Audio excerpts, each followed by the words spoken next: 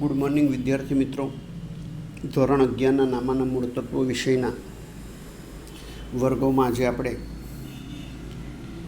પ્રકરણ નંબર 6 પેટા નોંધ અંતર્ગત ખાનાવાળી ખરીદ નોંધ અંગે અભ્યાસ કરવાના છીએ. મિત્રો, ગત વિડીયોમાં આપણે સાદી ખરીદ નોંધ વિશે અભ્યાસ કરેલો હતો અને એની અંદર આપણે એવું જોયું હતું કે ખરીદ નોંધમાં ફક્ત માલની ઉધાર ખરીદીના વ્યવહારોની જ નોંધ કરવામાં આવે છે. આ ઉપરાંત જો અંશતઃ ઉધાર ખરીદીનો વ્યવહાર હોય તો એને પૂરેપૂરો ઉધાર ગણીને નોંધ કરવામાં આવે છે.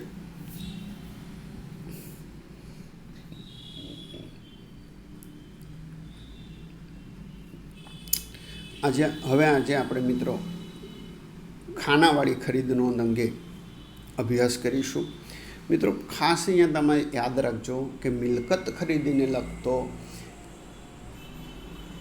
એ મિલકતની ઉધાર ખરીદી હોય કે રોકડ ખરીદી હોય એને લગતો કોઈ વ્યવહાર પેટા નોંધમાં લખાતો નથી. એટલે કે ખરીદ નોંધમાં કે વેચાણ નોંધમાં કે પરત નોંધમાં લખાતો નથી.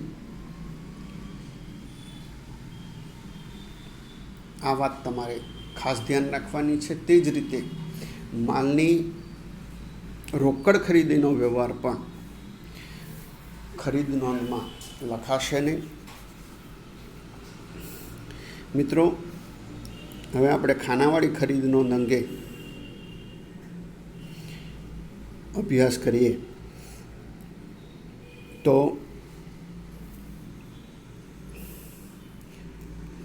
ખાનાવાળી ખરીદ નોંધ મિત્રો બે રીતે તૈયાર કરવામાં આવે છે. પહેલું, માલના પ્રકાર પ્રમાણેની ખરીદ નોંધ અને બીજું માલ અને ખર્ચના ખાનાવાળી ખરીદ નોંધ.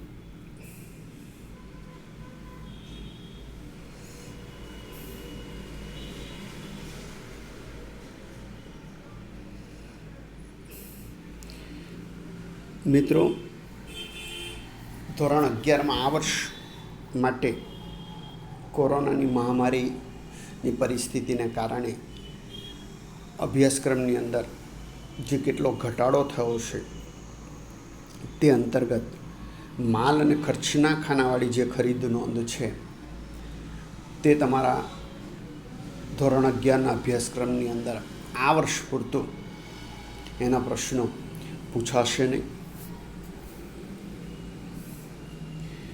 એટલે ફક્ત માલના પ્રકાર પ્રમાણેની ખરીદ નોંધ તમારી અભ્યાસક્રમમાં આ વર્ષ માટે રહેશે. તો માલના પ્રકાર પ્રમાણે ખાનાવાળી ખરીદ નોંધ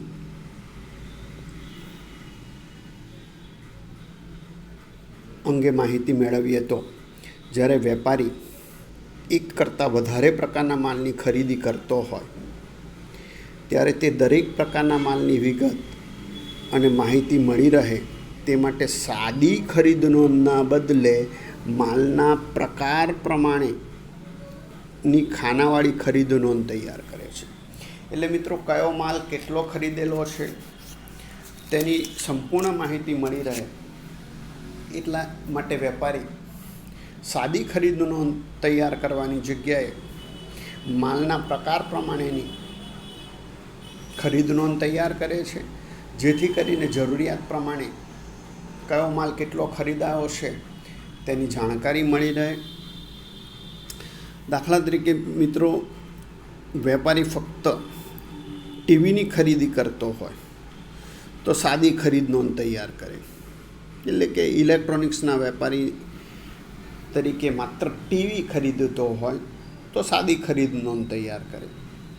પરંતુ જો વેપારી ટીવી, ફ્રીજ, ઘરઘંટી વગેરે જુદી જુદી વસ્તુનો વેપાર કરતો હોય તો આવા સંજોગોમાં એ ખાનાવાળી ખરીદ નોંધ તૈયાર કરે. તો આવી ખાનાવાળી ખરીદ નોંધનો નમૂનો મિત્રો નીચે મુજબ આપી શકાય. શ્રી ખાલી જગ્યાની ખરીદ નોંધ અથવા તો શ્રી ખાલી જગ્યાની ખાનાવાળી ખરીદ નોંધ મિત્રો એવું પણ લખી શકીએ. મિત્રો, સાદી ખરીદ નોંધ અને ખાનાવાળી ખરીદ નોંધમાં રકમના ખાનામાં ફેરફાર આવશે, કારણ કે અહીંયા જુદા જુદા માલના ખાના બનાવવાના આવશે. એટલે આપણા ખાના બનશે તારીખ અને વેપારીનું નામ. આ બે ખાના તો જેમ છે એમ જ રહેવાના મિત્રો. ત્રીજું ખાનું આવક ભરતિયા નંબર અને ચોથું ખાનું ખાતા વહીપાના નંબર પણ એ મુજબ જ આવશે. ત્યારબાદ મિત્રો, જે જુદા જુદા પ્રકારનો માલનો વેપાર છે તેની માટે એક રકમનું ખાનું અને એમાં જે પ્રકારનો માલ હોય તેના ખાના બનશે. અહીંયા આપણે ટીવી, ફ્રીજ અને ઘરઘંટીનો વેપારી છે એવું માનીએ તો રકમના ખાના અંતર્ગત 3 ભાગ પડશે: ટીવી, ફ્રીજ અને ઘરઘંટી. અને ત્યારબાદ છેલ્લું ખાનું બનશે કુલ રકમનું. એટલે ટૂંકમાં મિત્રો 2 પ્રકારની વસ્તુનો વેપાર કરવામાં આવતો હોય તો અહીંયા રકમ અંતર્ગત 2 ખાના બનશે. 4 પ્રકારની વસ્તુનો વેપાર કરતો હોય તો રકમના ખાના અંતર્ગત તમારે મિત્રો 4 ખાના બનાવવાના થાય.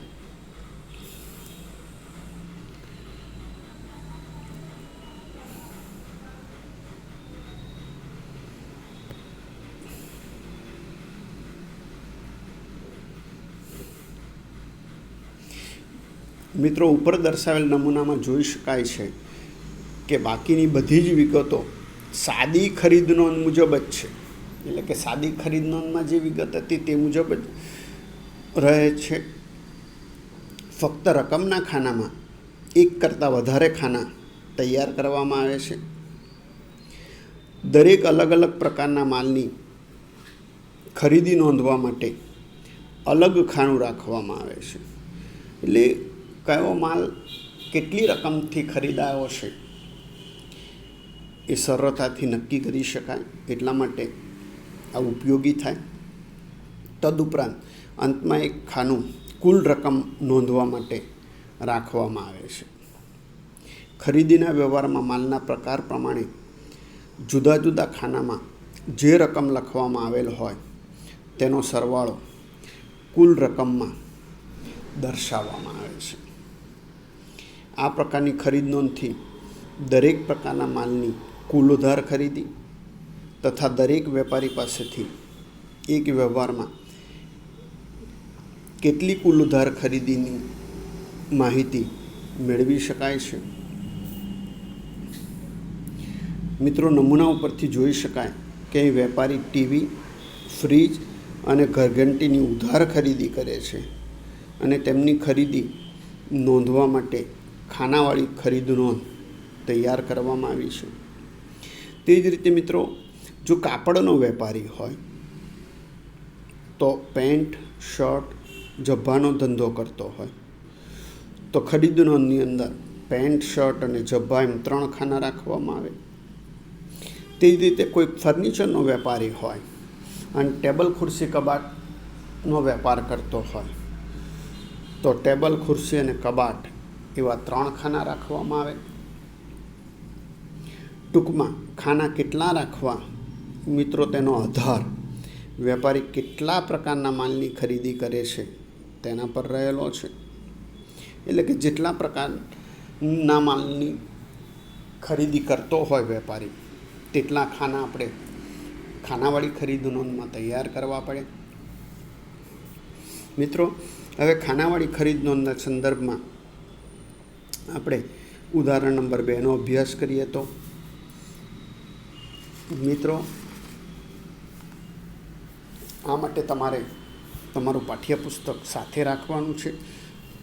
ગઈકાલે પણ વાત થઈ હતી કે જ્યારે પણ આપણે ઉદાહરણોનો કે દાખલાનો અભ્યાસ કરતા હોઈએ ત્યારે રકમ જોવા માટે તમારે તમારું પાઠ્યપુસ્તક સાથે રાખવાનું છે. ઉદાહરણ નંબર 2ની રકમ વાંચીએ તો નીચેના વ્યવહારો પરથી શ્રીજી ફર્નિચર માર્ટના ચોપડે ખાનાવાળી ખરીદ નોંધ તૈયાર કરો. મિત્રો, શ્રીજી ફર્નિચર માર્ટના ચોપડે ખાનાવાળી ખરીદ નોંધ તૈયાર કરવાની છે.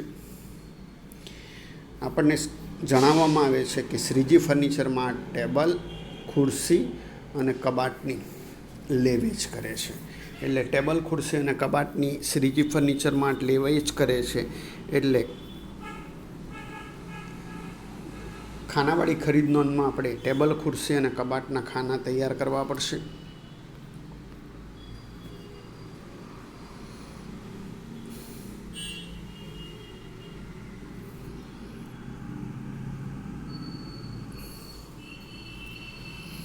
મિત્રો, આપણને વર્ષ 2015ના એપ્રિલ માસના વ્યવહારો આપવામાં આવેલા છે.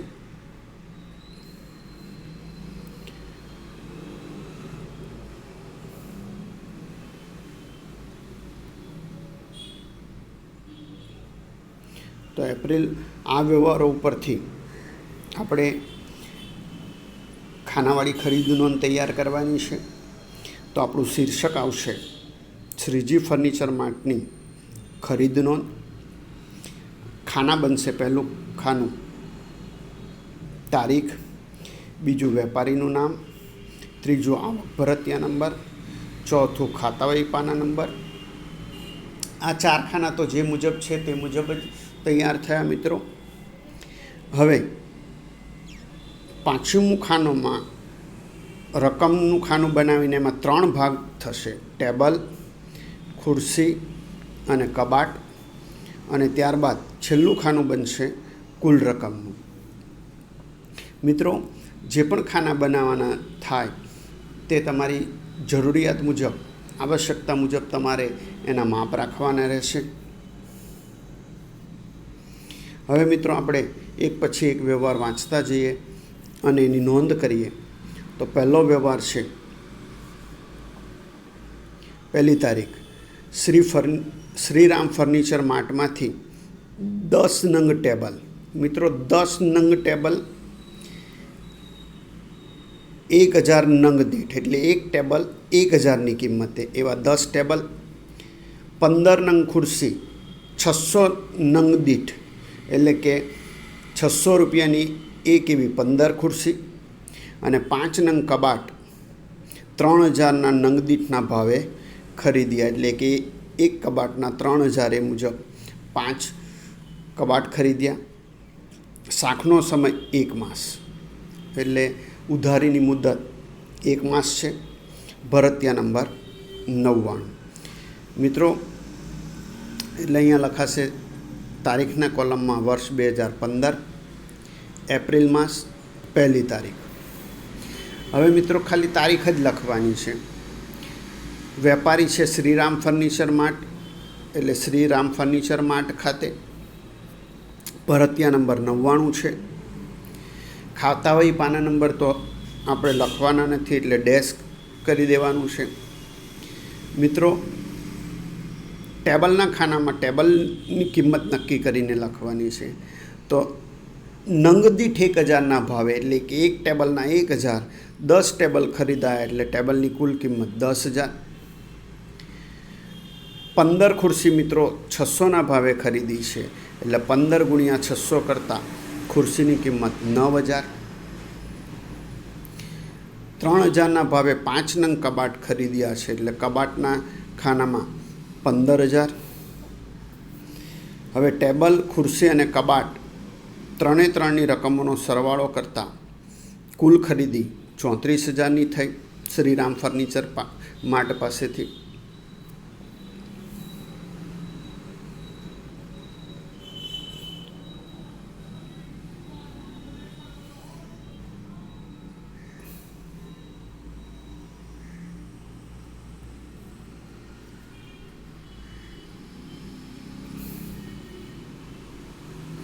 હવે મિત્રો, આગળનો વ્યવહાર વાંચીએ. 5 તારીખ, શ્રી કૃષ્ણ ફર્નિચર માર્ટ પાસેથી 10 નંગ ટેબલ 1200 નંગ દીઠ, એક નંગના 1200. 12 નંગ કબાટ 2500 નંગ દીઠ, 2500 રૂપિયાના એક એવા 12 નંગ કબાટ. 10% વેપારી વટાવે ખરીદ્યા. મિત્રો, અહીંયા વેપારી વટાવ છે. ભરતિયા નંબર 126 મળ્યું.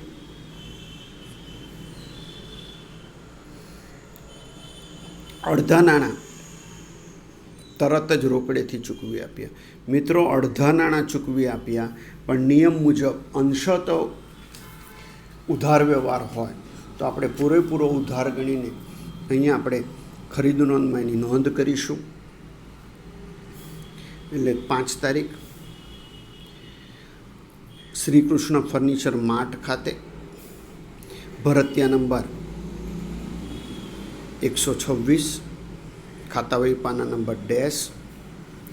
હવે મિત્રો, ટેબલની કિંમત નક્કી કરીએ તો 10 ટેબલ 1200ના ભાવે, એટલે 10 ગુણ્યા 1200 કરતાં કુલ કિંમત 12,000 થશે, જેમાંથી 10% મુજબ 1200 રૂપિયા વેપારી વટાવના બાદ કરતાં ટેબલની ચોખ્ખી કિંમત 10,800 આવશે. ખુરશીની ખરીદી નથી એટલે ડેશ. કબાટ 12 નંગ કબાટ 2500ના ભાવે, એટલે 12 ગુણ્યા 2500 કરતાં 30,000 ગુણાકાર થાય, જેમાંથી 10% મુજબ 3,000 વેપારી વટાવના બાદ કરતાં કબાટની ચોખ્ખી કિંમત 27,000 થશે. ટેબલ અને કબાટની કિંમતનો સરવાળો કરતાં સરવાળો 37,800 કુલ રકમના ખાનામાં લખાશે. 10 તારીખનો વ્યવહાર જોઈએ તો શિવમ સાયકલ સ્ટોર્સમાંથી 3500ની સાયકલ ખરીદી.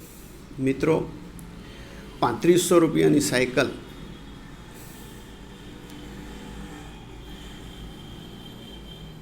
ખરીદવામાં આવી છે, પણ મિત્રો સાયકલ એ મિલકત ગણાશે ફર્નિચરના વેપારી માટે, એટલે ખરીદ નોંધમાં એની નોંધ થશે નહીં. 20 તારીખનો વ્યવહાર જોઈએ એટલે સાયકલ ખરીદી છે એ ખાસ આમ નોંધમાં લખાશે, કારણ કે મિલકત ખરીદીનો વ્યવહાર થયો. શ્રી રહીમ ફર્નિચર સ્ટોર્સમાંથી 10,000ની ખુરશી 10% વેપારી વટાવે ખરીદી અને 5% રોકડ વટાવે તરત જ રકમ ચૂકવી આપી. મિત્રો, રકમ તરત જ ચૂકવી આપી છે એટલે રોકડ વ્યવહાર ગણાશે, એટલે આ વ્યવહાર પણ પેટા નોંધમાં નહીં લખાય. 25 તારીખનો વ્યવહાર જોઈએ તો શ્રી અંબે ફર્નિચર ટ્રેડિંગ કંપનીને 20 નંગ ટેબલ નંગ દીઠ 900ના ભાવે અને 5 નંગ ખુરશી 700ના ભાવે મોકલી આપવાનો ઓર્ડર આપ્યો. મિત્રો, ફક્ત ઓર્ડર આપવામાં આવે છે એટલે બિન આર્થિક વ્યવહાર છે, તેથી એની કોઈ નોંધ થશે નહીં. 30 તારીખનો વ્યવહાર જોઈએ તો મહેશભાઈ પાસેથી બિલ નંબર 500 હેઠળ, એટલે આવક ભરતિયા નંબર 500 હેઠળ 5 નંગ ટેબલ 1200ના ભાવે, 20 નંગ ખુરશી 600ના ભાવે અને 8 નંગ કબાટ 2500ના ભાવે 10% વેપારી વટાવે ખરીદ્યા. મિત્રો, અહીંયા મહેશભાઈ પાસેથી ખરીદ્યા એવું લખે છે, એટલે ફક્ત મહેશભાઈનું નામ છે એટલે ઉધાર વ્યવહાર થયો, એટલે ખરીદ નોંધમાં 30 તારીખે નોંધ થશે. વેપારી આવશે મહેશભાઈ ખાતે, બિલ નંબર 500, ખાતા વહી પાના નંબર ડેશ. હવે ટેબલની કિંમત નક્કી કરીએ તો 5 નંગ ટેબલ 1200નો ભાવ, એટલે ગુણાકાર કરતાં કુલ કિંમત ટેબલની 6,000 થશે, એમાંથી 10% વટાવના 600 બાદ કરતાં ચોખ્ખી કિંમત 5400 લખાશે. 20 ખુરશી 600નો ભાવ, એટલે 20 ગુણ્યા 600 કરતાં 12,000, 12,000માંથી 10% બાદ કરતાં ચોખ્ખી કિંમત ખુરશીની 10,800.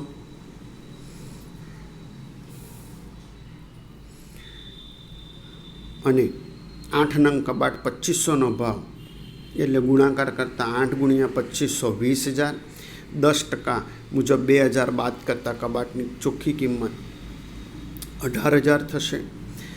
ટેબલ, ખુરશી અને કબાટ ત્રણેની કિંમતોનો સરવાળો કરતાં સરવાળો મળશે 34,200. હવે મિત્રો,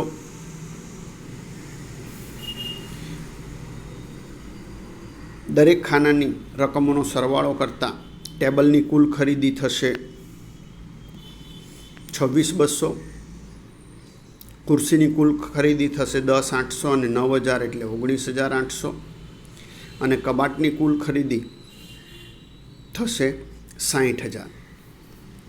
તે જ રીતે ટોટલ ખરીદી 1,06,000 થશે. મિત્રો, અહીંયા જે નોંધ આપવામાં આવી છે તે નોંધમાં કુલ ખરીદી 1,06,000 થઈ એટલે 1,06,000થી ખરીદ ખાતામાં ઉધાર બાજુ એની નોંધ થાય. મુદ્દો નંબર 2 અગત્યનો છે. આપણે ઉપર ચર્ચા કરી કે કયો વ્યવહાર નોંધાતો નથી તે વિગત અહીંયા તમારે લખવાની છે, જેની ચર્ચા ઉપર થઈ ગઈ છે. અને તારીખ 5નો વ્યવહાર જે મિત્રો હતો, અડધા નાણાં તરત જ ચૂકવ્યા, તો તારીખ 5ની કુલ ખરીદી 37,800 હતી, તેની અડધી રકમ 18,900 થાય, જે તરત ચૂકવાયા છે એટલી રકમથી રોકડ મેળમાં એની નોંધ કરવામાં આવશે. મિત્રો, નવી રીત સાથે ફરી મળીશું.